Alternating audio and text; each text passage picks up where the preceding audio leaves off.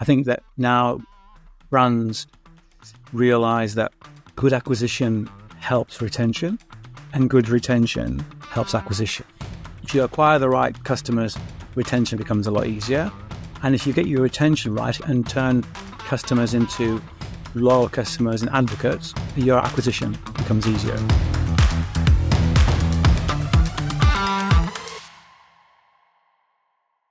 Hi, and welcome to Antavo Loyalty Stories, which is a podcast we're running on customer loyalty and loyalty programs.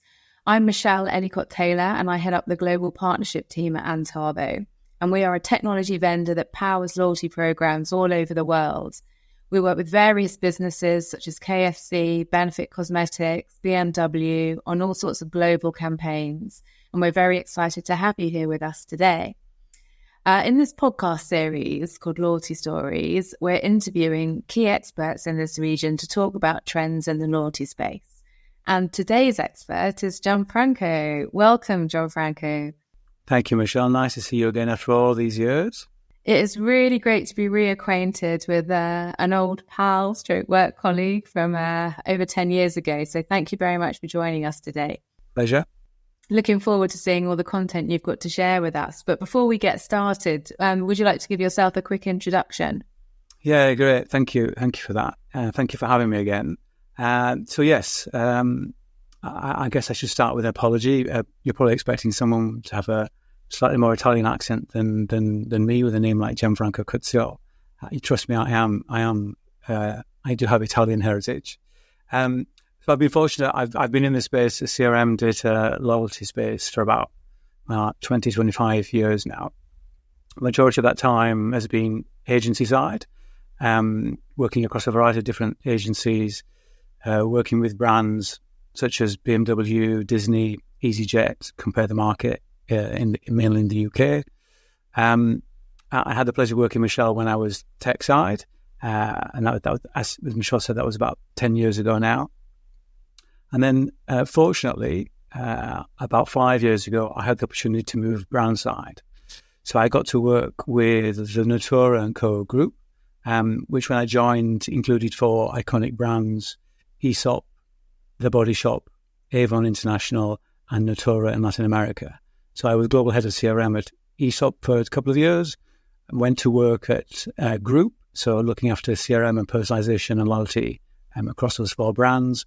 And then got to work more recently with Avon International, resetting their CRM and personalization capabilities. So quite a mixed bag.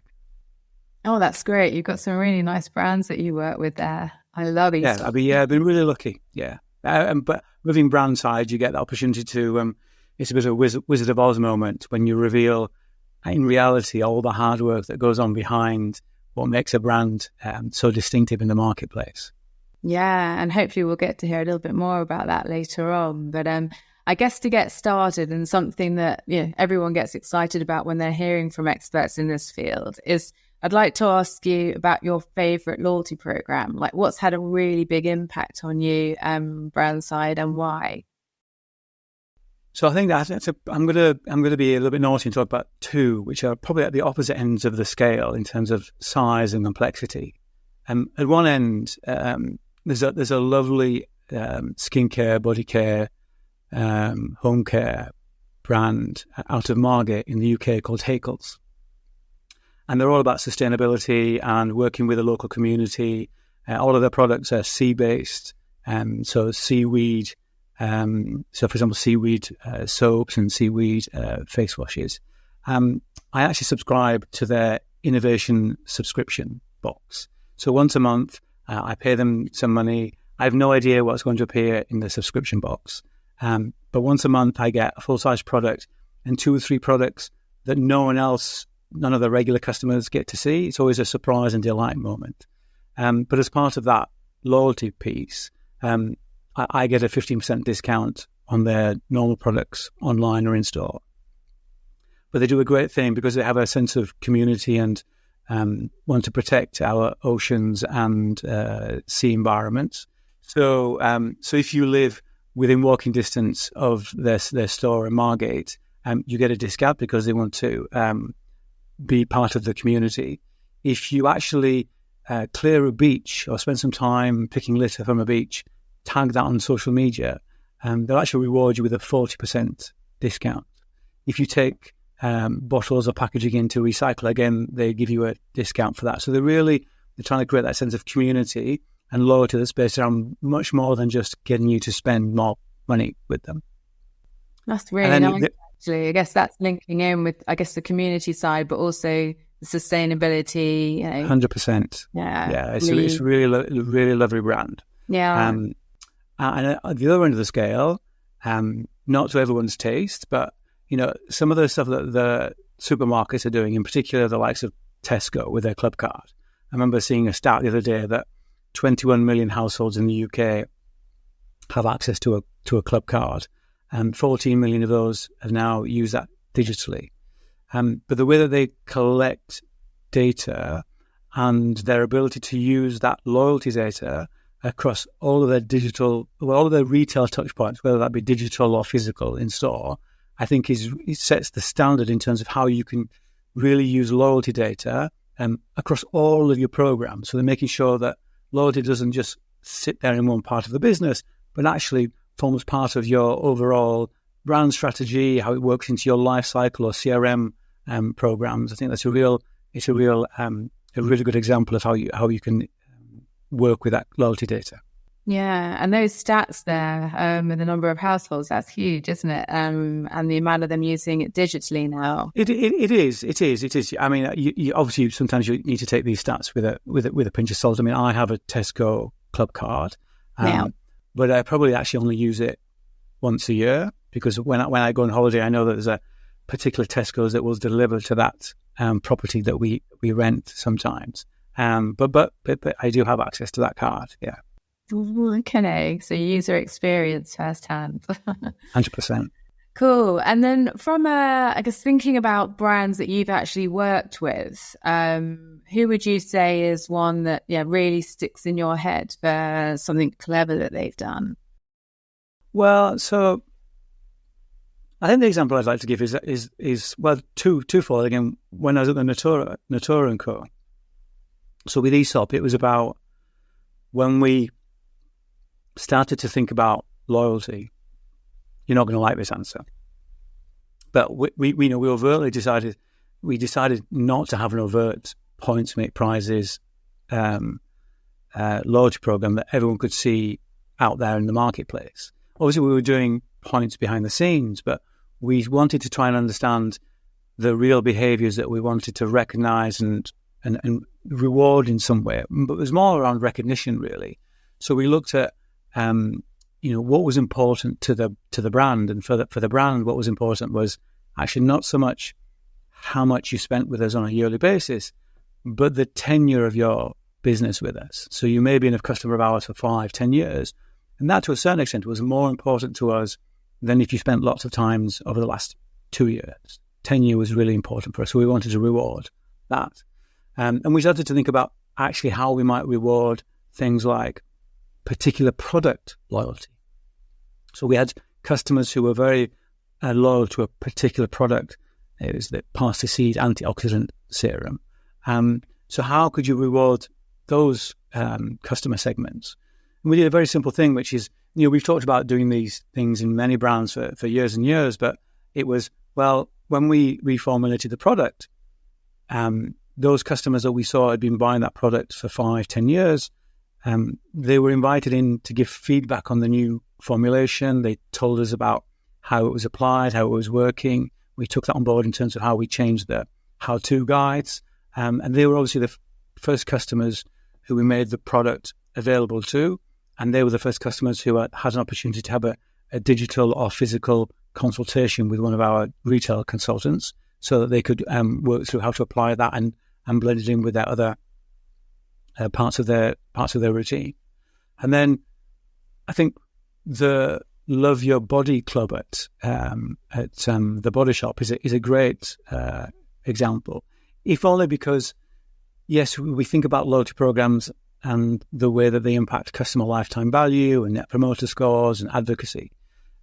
We sometimes forget about the fact that the way that customer lifetime value is built up is on many legs, if you like.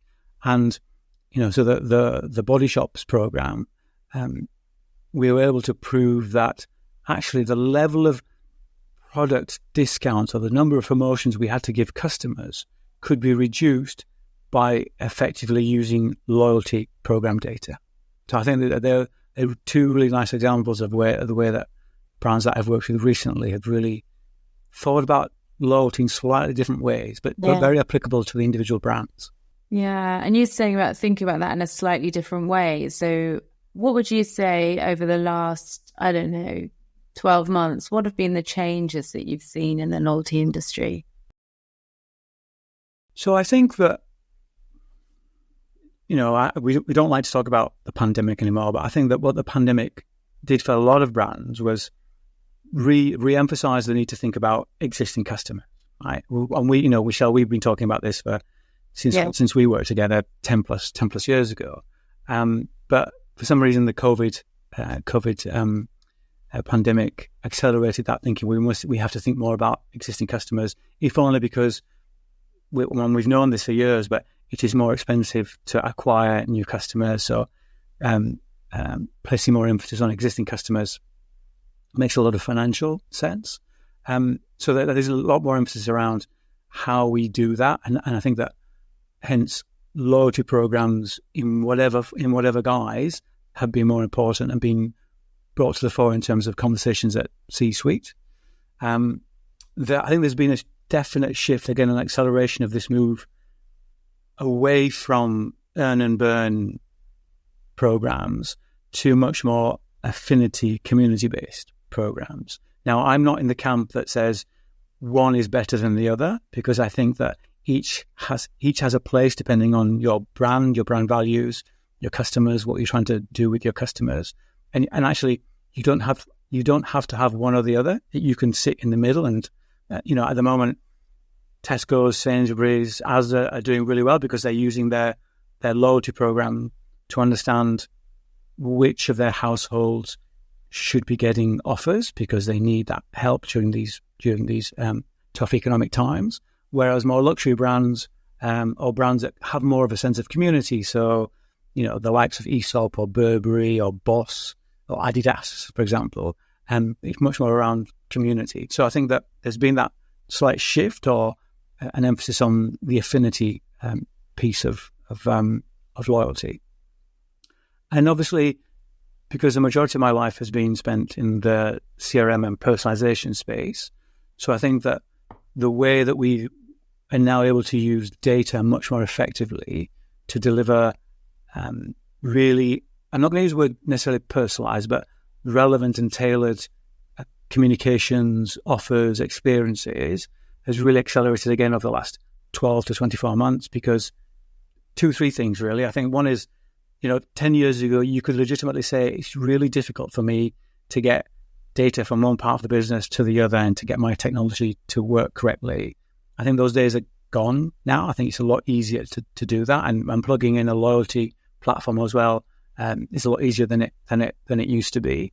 And just the speed with which we can process data, right? And how AI has helped us to do that at scale and at speed has made, if you like, all the stars are beginning to align in terms of how we can deliver these tailored and relevant experiences as part of lifecycle marketing, but also as part of a loyalty program.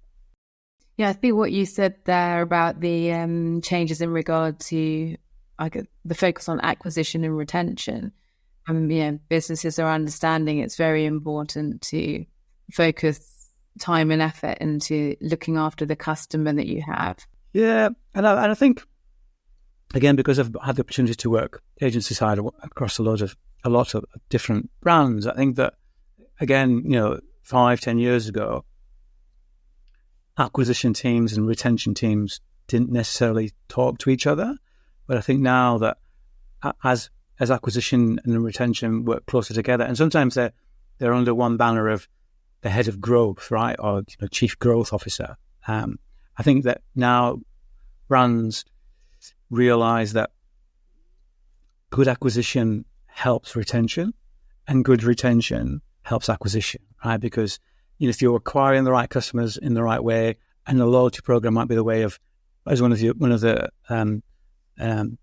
tactics that you use to acquire customers. If you acquire the right customers, retention becomes a lot easier. And if you get your retention right and turn customers into loyal customers and advocates, all of a sudden your acquisition becomes easier as well, because you've got these advocates that are essentially doing your marketing for you. Yeah, exactly. Yeah, I think like things you've alluded to there, it's not that the data is as siloed as it was before, and it's the teams are as siloed as they were before, so people have got that better vision on all the data. Yes. It's sitting within one team, or teams that are actually talking with each other. So cool. And then with the trends that are coming, I know you've touched on a few things, but what would you see as maybe one or two key trends that we will see in the loyalty industry in the next 12 to 24 months? I think, so touching on the Hakel's piece from earlier, I think that the way that people shop, I think, will be recognized more by brands as part of loyalty and loyalty programs. And by the way they shop, I mean not only are they buying products that are more likely to help with sustainability, so using refillable vessels, but also how they're recycling products and packaging, I think will become more important as part of loyalty programs. You have fashion brands now where it's a lot easier for you to take in products that you no longer want, and you get rewarded or recognized for doing that. I think that's a really good example of how sustainability will be much more important as part of loyalty programs. And I think that the community piece, I think, will become more important for certain brands, and almost because of the flexibility of platforms and the data that you have, and also because customers are becoming much more demanding around the level of personalization and tailoring that they want. I think you'll start seeing loyalty programs that become built around customers and not just built around brands and products. So, you might call that micro targeting, right? So I kind of go, well, actually, how small a segment can we produce effective loyalty programs around, so that individual customers or smaller group of customers start to sense that actually this loyalty program is made for me as an individual, because it's based on, if we take a sportswear brand, because they recognize the fact that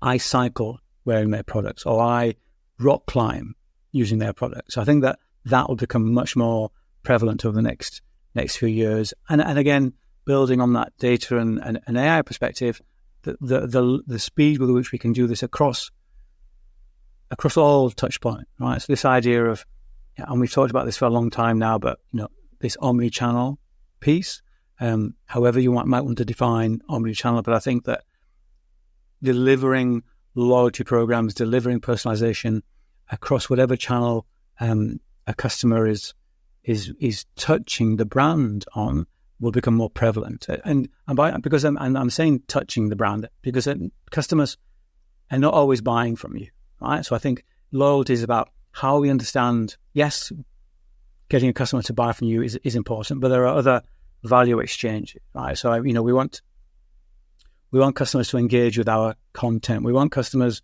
to share our content, right? So it's much more, that those reward dimensions are bigger and wider than just dollars or pounds or euros now. Yeah, definitely. It's the bigger picture there. And I think some of the things you were saying there, touching on the, again, like the sustainability, but also the value exchange that you have there. People are getting rewarded for their healthy lifestyle choices, things like that. Like we were talking about the sportswear brands, and it's not just about the earn and burn, which works very well, like we were saying in the grocery division, but looking at what's working for other brands as well. So great. So thanks for sharing that. And then I wanted to get your insight as well around the actual loyalty platform itself. So when you're talking with brands, or with the brands that you're working with now and obviously previously, you obviously have to think about the tech vendor, how they're going to support the strategies that you have the ideas around, and basically execute those concepts. So what are the main features do you think a loyalty program, the tech vendor needs to be having? What are the capabilities that people are thinking about? Is it omni-channel, like you've mentioned? Is it no-code, low-code approach, gamification? So I think there's a whole bunch of them. I think that so omni-channel is definitely one, because we need to meet the customer where they are, and meet whatever they're trying to do at that particular channel or touch point. I think that the platforms of the future, whether you call it no code, it just needs to be easier for marketeers to use, right? So we don't necessarily have to go to a tech team to help us deliver a particular capability in terms of the loyalty program. So I think that making it easier for non-techies to use platforms like this, really important.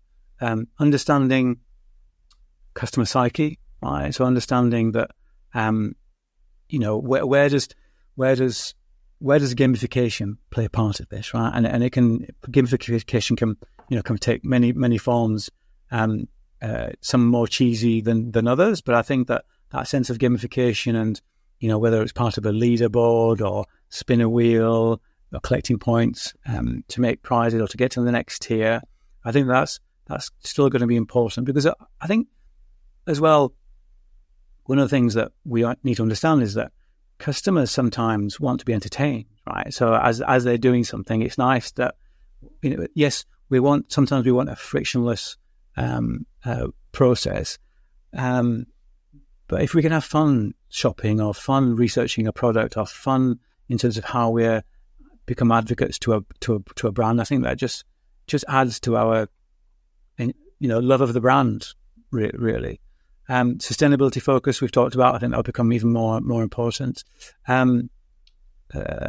Integration, right? So again, how do we make sure that but I've talked about the fact that no longer does data and technology not have the ability to talk to each other, but I think that sits also squarely with loyalty programs. How easy do I bolt it onto my existing platform?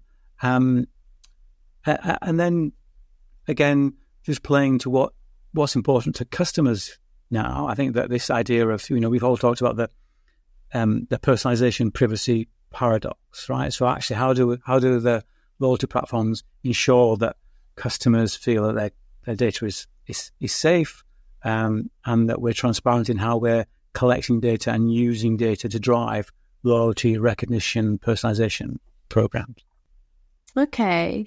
And then I guess with the brands that you've mentioned, obviously there's some UK focus and some wider international focus. So have you got experience of seeing more from a global perspective how different loyalty programs can resonate in different regions? Like, sometimes there's commonalities there with the earns and burns and the point systems, but I think that it's you need to understand that there are regional variation, right? So the way that particular markets, particular cultures want to interact with a brand, whether that be their channel preference, how they look at promotions and discounting, how they want to be rewarded for their loyalty to you as a brand. When I was at ESOP, when we set up the new CRM vision, the new CRM and personalization and recognition vision, we made it so that we created a global framework within which the regions would work. But I use this term around, but allowing the local markets to be architects of their own success. Right. So within a framework, how can you give individual regions and markets some flexibility? Because there's little point in me in London saying, well, this works in Rome, so I'm going to apply it to Seoul or Tokyo. So again, it's having that flexibility to understand that different markets will require different capabilities within that, without breaking the brand, if you like. That's something that we did when I did some work with Disney. It was about creating a common view of what CRM and loyalty was across EMEA, that piece of work, but allowing individual markets and actually individual business units, so retail or cruises or theme parks, to apply that in a slightly different way that was right for their target audience. Yeah. Okay.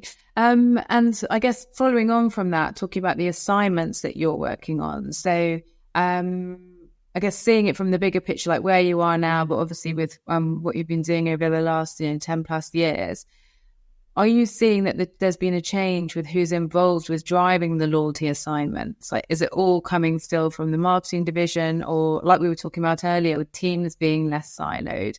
Are you seeing that loyalty has got the eyes of the board and there's more people from the executive level interested in what, the loyalty manager is doing within marketing team? Or I think so. I think that in general, organizational structures, they work better when teams don't sit, disparately and go off and do their own thing. I think that the loyalty conversation does normally come out of the marketing teams because they see the value of that. It's often, historically, it would sometimes come out of the tech teams, bizarrely, because the tech teams were always being asked by the marketing teams to deliver some capability where, every 2 months, can we do this? Can we do that? And so, so the tech teams might have been going out to find a platform that would alleviate that issue for them. But if they didn't have the marketing team's buy-in, that would often fall flat. So I think that now it's often a joint marketing tech RFP. But I think one of the key things, and again, this is one of the key things that I learned having flipped brandside for 4 or 5 years, was that actually before choosing the technology, you have to think about the use case, right? So what am I going to do with this? Like, what is my strategic ambition with, whether it be CRM, personalization, loyalty? Then think about how I want to wrap the organization around delivering this capability. Then I can make sure that when I pick a platform, I'm buying the right platform for what I'm trying to deliver. And I think that mentality is now becoming much more widespread in organizations. It's thinking about, having that strategic thinking around what am I going to do with this? Then think about what technology do I need to enable that vision. Yeah, great. And I want to see if you can be kind enough to offer a bit of advice. So in regards to imagining someone's coming into a loyalty manager role and they're in their early 20s, but they're aspiring to become head of loyalty, what are the kind of things that you would be advising them to be aware of and considerations, to help drive them to get into that more senior role? How does a loyalty manager succeed? So I think loyalty only works if all of the business is corralled around what you're trying to do as a loyalty department or marketing department. And by that, you have to think about the fact that when you raise the bar by introducing a loyalty program, that often has a knock-on effect in different parts of the business. So if I'm a customer and I'm part of a VIP program or a loyalty program, I am asked to expect, well, I'm in the gold tier, right? So I don't expect to pay for returns anymore, or I don't expect to pay for deliveries, or I actually now don't expect to have to wait 2 minutes on a call center call to get my problem resolved, and I don't want to speak to 2 or 3 different people within the call center to get my issue resolved. So you need to understand the rest of the business, right, to make sure that the loyalty program works, and for you to be seen as successful in delivering loyalty programs within your business.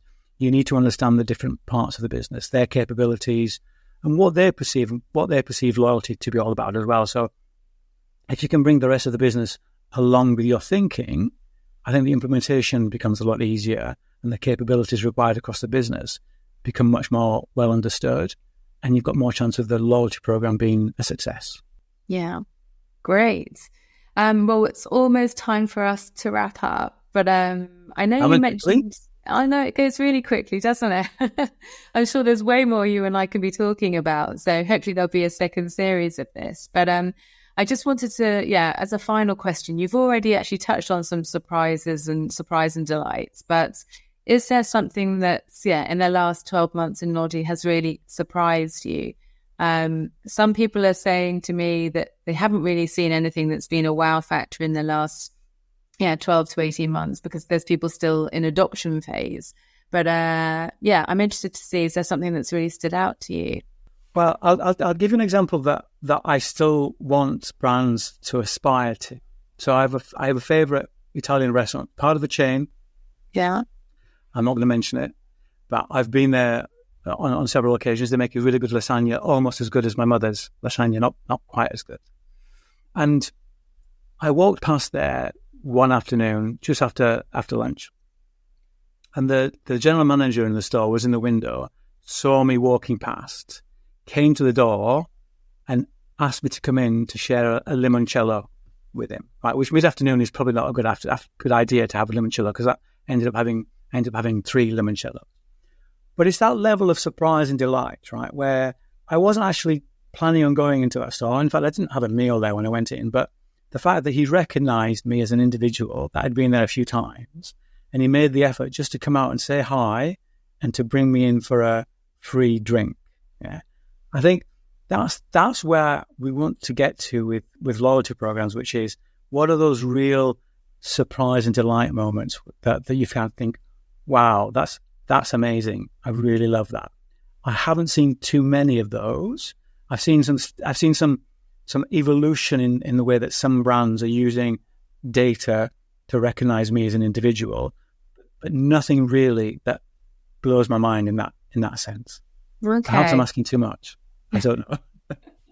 Let's see. Yeah. But I think that's nice. It's obviously stuck in your mind. So, that's the whole point, isn't it? That people are doing something that stands out from the norm and shows I've not had it, but my wife, so she got an invitation from a perfume shop, and so she bought some product from there, and she got a handwritten letter from the store inviting her in for a free shoulder massage one evening. Now, again, my wife has historically not really liked direct marketing personalization because she thinks it's a bit of a scam. But when this turned up, right, she loved it, and she said to me, "Well, this is not direct marketing. This is just them appreciating my loyalty." So when you do it right, it doesn't come across as, direct marketing or use of data. It just feels like, wow, you do recognize me as a customer. Yeah, that's a really nice thing to have, isn't it? That you don't feel there's a generic message there. There's something for you as the individual. So look, that's great. Thank you so much. I'm really sorry that we have to end this session today, but there's going to be lots of opportunity for us to hear a lot more of your expertise in the near future. Well, hopefully next time we speak, my book will be out. So that'll be an interesting conversation. We could talk about the book. Yeah, that would be great. Yes, we'll have to make sure the audience looks out for a book coming very soon from Gianfranco. In Pursuit of the Trivial, I think it's going to be called. In Pursuit of the Trivial. Okay, well, make sure, where's it going to be available? Everywhere, in all good bookshops. Excellent. Okay, well, everybody watch out for that. And thanks again so much for joining us. And it's a pleasure. Thank you for having me. Yeah, and thank you to all of you for watching and listening. And please reach out to Gianfranco directly if you have any further questions you'd like to share with him or get some advice on some strategy in the loyalty space. And also come along and visit us at antavo.com. Once again, thanks a lot for listening and look forward to seeing you on the next episode.